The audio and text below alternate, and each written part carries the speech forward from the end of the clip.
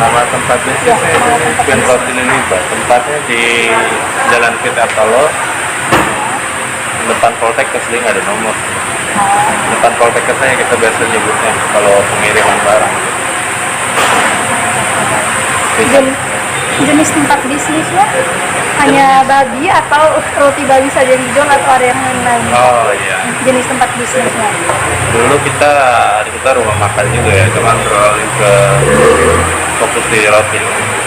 Oh, dulu rumah makan, Bakery and sekarang pastry. baru ke roti. Iya. Roti yang dijual hanya satu merek saja, roti babi, atau ada beberapa roti-roti lain? Kalau masalah mereknya itu Queen Roti. Jenisnya ya Jenisnya. roti babi tuh salah satunya, yang lain juga ada. Yang juga ada. Jadi bukan hanya satu jenis, tapi berbagai macam jenis dijual. Oke, baik. Yang keempat, pertanyaan berikutnya, media digital yang digunakan untuk mempromosikan produk. Ada beberapa, kita pakai Facebook, Instagram, TikTok juga ada. Sama ya itu media sosial ya. Website juga pakai. Pertanyaan berikutnya, media digital yang digunakan untuk melakukan transaksi jual beli produk seperti apa? Karena kita masih semi ya, jadi tetap transaksi. Kalau untuk di digitalnya paling kita transfer bank, belum pakai payment gateway, jadi masih pakai semi, masih sistem transfer. Kebanyakan sih masih offline ya, pembayaran langsung. Kayak mungkin ada website gitu, situs toko online sendiri di website, atau mungkin marketplace, forum online. Marketplace itu sempat buat sih, cuman belum dijalanin ya. Di Shopee ada, Tokopedia kalau nggak salah, saya lupa ada. Tokopedia mungkin ada, cuman belum kepegang lah, intinya belum sempat sampai dikembangin marketplace-nya. Baru kita main masih di sosial media aja. Terus media digital yang digunakan untuk melakukan pembayaran produk itu seperti apa saja? Sebenarnya di transfer. Transfer. Ya. Kita by WhatsApp sebenarnya. Ya, dari chattingan bawaan sosial media, Facebook Messenger, DM, IG, TikTok juga ada. DM juga ya. Sama. Berarti sudah banyak. WhatsApp. Lumayan. Pertanyaan berikutnya, apakah bisnis ini pernah terkena rekayasa sosial? Tidak. Belum. Ya tidak. Berarti tidak ada rekayasa sosial ya sejauh ini. Kira-kira sudah berapa lama? Rekayasa sosialnya kayak gimana? Oh, kayak di dalam Spesifikasi. menjalankan bisnis ini mungkin ada permasalahan di dalam membangun, mungkin dari orang-orang sekitar, permasalahan pembangunan, atau di dalam bisnis ini mungkin ada penipuan atau kerugian yang dialami. Belum. Belum ya, puji Tuhan. Pertanyaan berikutnya,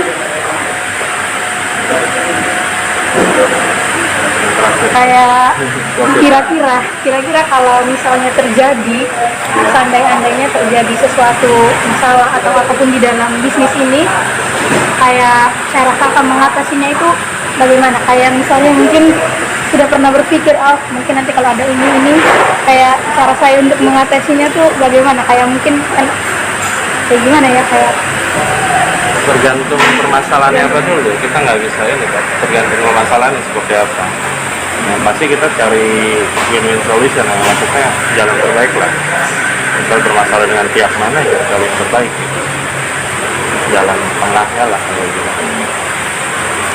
Yang masalah ya, mau spesifikasi belum, kita tergantung kalau ada masalahnya dulu ya gitu. seberapa besar masalah. Baik. Pertanyaan berikutnya, tanggapan kakak terhadap bisnis saat ini di tengah pandemi COVID-19 gimana? Kalau sekarang kan mendingan ya, maksudnya masyarakat sendiri udah bosan mungkin ya sama namanya PPKM, jadi udah banyak lawan bilangnya ya. Cuman eselon waktu yang pertama-tama dari tahun lalu, pertama pandemi itu masih PSBB, itu memang kita sempat mati. Saya dulu sebulan ini kan rumah makan, rumah makannya sampai tutup 3 bulan. karena saking sepinya operasional nggak nutup sama sekali, lebih baik kita tutup. Rugi juga di bahan baku karena kita stok nggak laku-laku, akhirnya udah buang kalau gitu.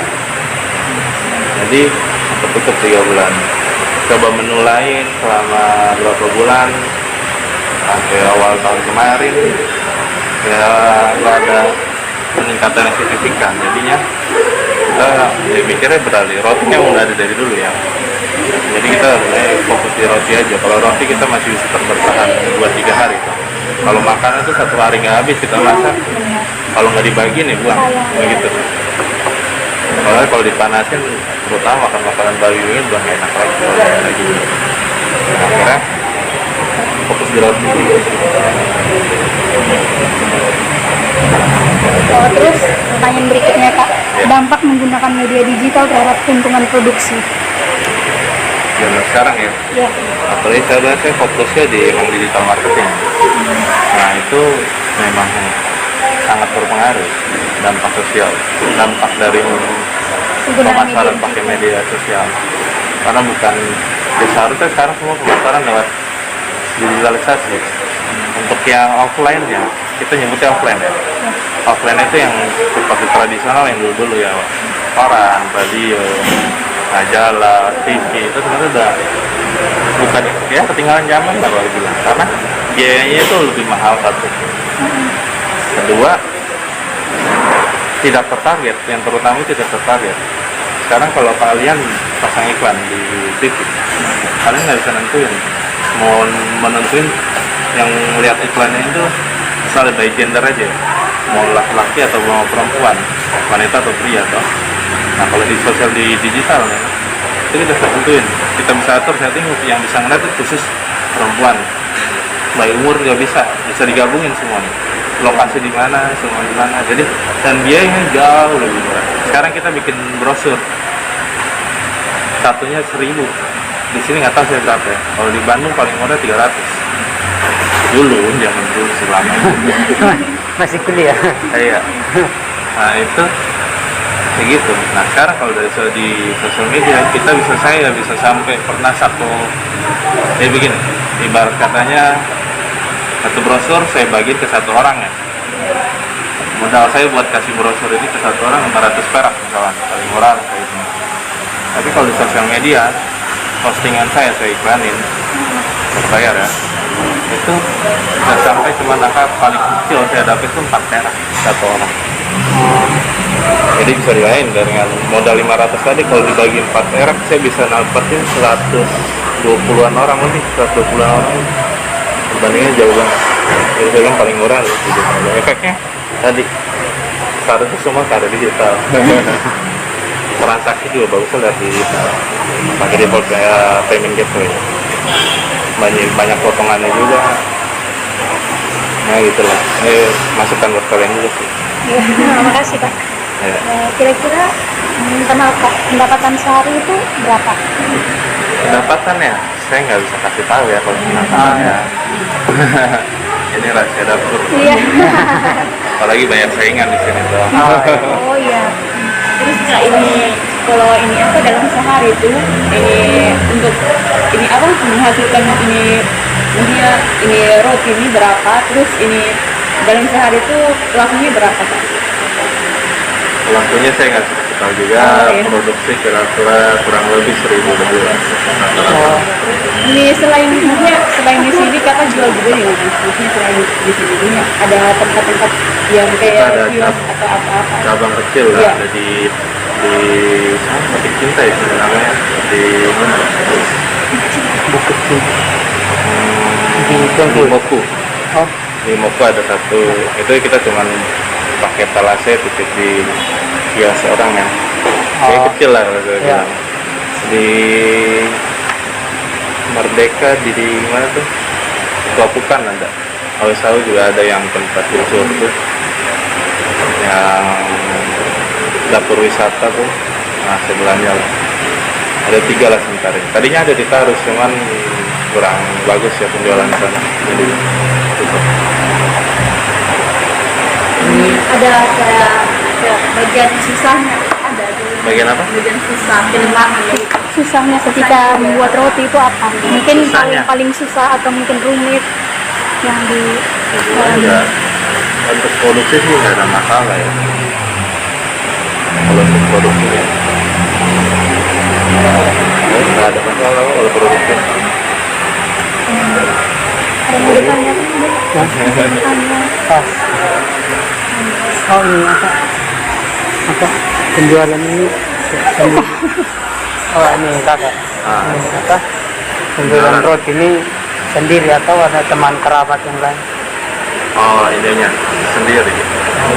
Bisa sendiri. Nah, honornya dari tunggal. Honor maksudnya gitu. Ya. Ya, honor tunggal. jadi ini usaha kakak sendiri tidak digabung dengan yang samping, Beda. beda. Cuman hubungan darah. Oh, kira-kira dari kapan kakak Ini Mulai jadi roti sebelum rumah makan. roti juga udah lama. Itu dari Roti 2013. sendiri, roti sendiri. lama itu. Sebenarnya ya itu sempat di ekspor NTT ini, tempat mereka juga orang sempat datang. Awalnya roti babi yang terkenal itu dari sini. Nah ini mereka kita semua sini adik. Nah, waktu itu Aci yang buat pertama. Aci yang buat. Tapi dulu sini belum dibangun. Masih kecil, jadi Aci akhirnya titip di Kahang, di ujung di restorannya. Dulu juga roti babi Kahang juga belum ada. Jadi Aci titip itu. Di sana kan rame restoran. Terus orang coba-coba, akhirnya orang suka, seneng, jadi viral lah, jadi rame. Jadi orang taunya di situ roti babi Kahang, karena jualnya di Kahang.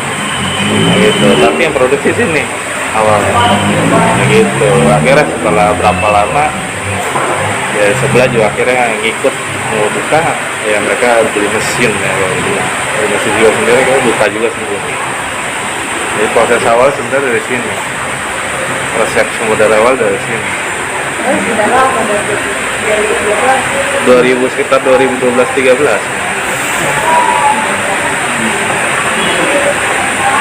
Dulu di sini yang lebih terkenal babi gulingnya. Oh, bagus. Ini namanya dulu dulang babi. Bilang enggak. Dulu di sini kita produksi bisa babi guling bisa berapa ekor tiap hari. Habis terus. Cuman tadi pas masuk COVID 2019 awal, 2019 pertama kali itu. 19 sampai Desember, masuk Indonesianya Maret 2020. Nah, Ya. mulai Maret kan kita udah mulai PSBB tuh. Ya. Di situ semua.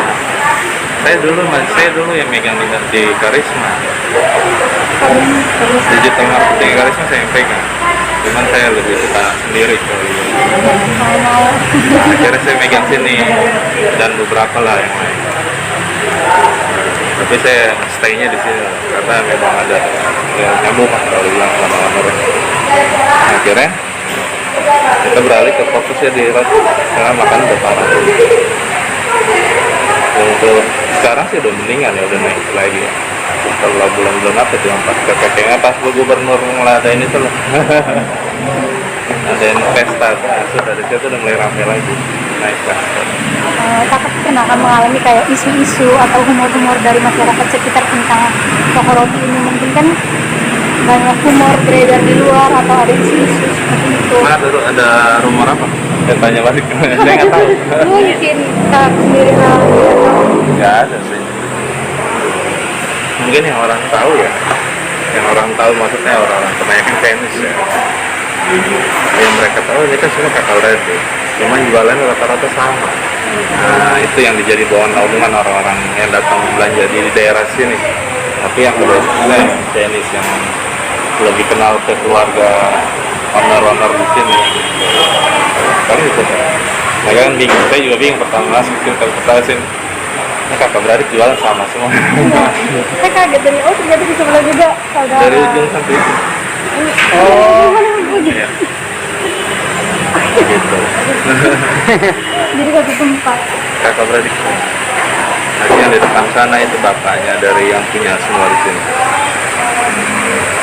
Yang betul-betul. Ya, udah ada lagi. Ya. kakak Anissa Pisan, nama tempat bisnis tadi kurang dengar. Queen Roti. Ya, Queen Roti. Queen Roti.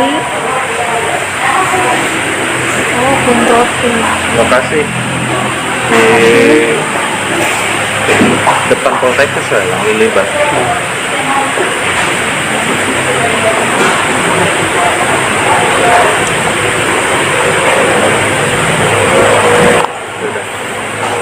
Sudah. Kalian sudah ya? Kalian komputer kami belajar suruh ini bisnis. Iya, kami Ya, ini masuk ada dalam mata kuliah mata pengantar kuliah apa? bisnis digital. Oh, sekarang ada pengantar bisnis digital. Ya. Kecuali Saya yang belum ada teknik kurikulum. informatika. Oh, kalian SI ya? Ya, SI. Jadi Manajemen, dia lebih ke manajemen. Iya. Iya, kemana aja. Ya. Kalau saya teknik ya. Nah, Ya, makanya saya juga bingung tadi suruh belajar ini. Sudah. Iya, sama seperti itu.